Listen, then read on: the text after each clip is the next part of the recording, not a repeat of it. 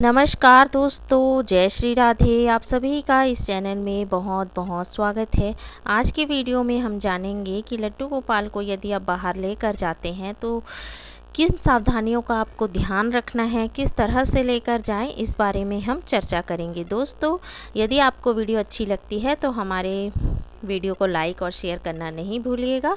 Channel पर पहली बार आए हैं तो सब्सक्राइब कर दीजिएगा, साथ ही साथ बेल आइकन को भी प्रेस कर दीजिएगा। कमेंट बॉक्स में जय श्री राधे लिखना नहीं भूलिएगा। दोस्तों, तो आज हम बात करेंगे कि कई लोग जो होते हैं लड्डू गोपाल को जैसे बाहर जाते हैं तो घर पर ही छोड़कर चले जाते हैं, क्योंकि वो ठाकुर जी के रूप में उनकी पूजा करते हैं।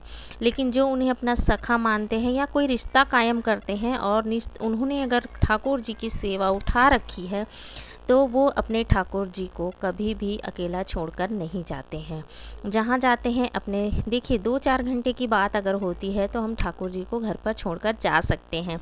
लेकिन अगर रात रुकने की बात होती है, 1-2 दिन की बात होती है, तो अपने ठाकुर जी को अपने साथ ही लेकर, जैसे हम तो कभी भी अपने ठाकुर जी को अकेला छोड़कर नहीं जाते हैं। तो यदि आपके पीछे कोई सेवा करने वाला नहीं है, आप किसी अपनी सखी को भी नहीं दे सकते, तो अगर आप ठाकुर जी को साथ में लेकर जाते हैं तो टोकरी में लेकर जाते हैं तो किस तरह की सावधानियां आपको देखनी है। कई बार देखने को मिलता है कि हम ठाकुर जी को टोकरी में पकड़े हुए हैं, इधर हम कुछ भी लहसुन प्याज वाला खा रहे हैं, एक हाथ में हमारे ठाकुर जी होते हैं, एक हाथ में हम जूठा पकड़े रहते हैं। और कई लोग इस तरह की टोकरी का इस्तेमाल करते हैं ठाकुर जी को ले जाने के लिए। देखिए, तो क्या हम अपने बच्चे को इस तरह से बंद करके ले जाना अच्छा लगता है हमें?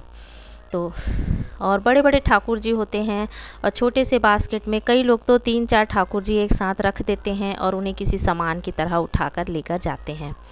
तो देखिए दोस्तों, इस तरह हमें नहीं करना चाहिए। हमें ऐसी टोकरी का चयन करना चाहिए जिसमें उन्हें पूरी तरह से हवा मिले और हमें उनके मुखमंडल का दर्शन होते रहे, सामने थोड़ा सा हल्का सा पर्दा रहे और खुले टोकरी हमें इस्तेमाल करनी चाहिए। साथ ही साथ उनकी पूरी व्यवस्था करनी चाहिए, उसमें गद्दे बिछाने चाहिए, उसके बाद में उसमें कोई नरम कपड़ा बिछाइए जिससे ठाकुर जी को कोई परेशानी ना हो। साथ ही साथ उसमें उन्हें कुछ खाने पीने की चीज़ें भी साथ में रख लेनी चाहिए।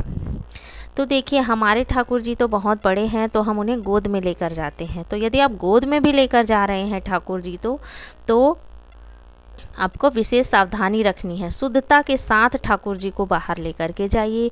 एक स्वच्छ टॉवेल रख लीजिए, कोई मखमल का कपड़ा रख लीजिए जिसमें ठाकुर जी को आप गोद में ले जा सकते हो।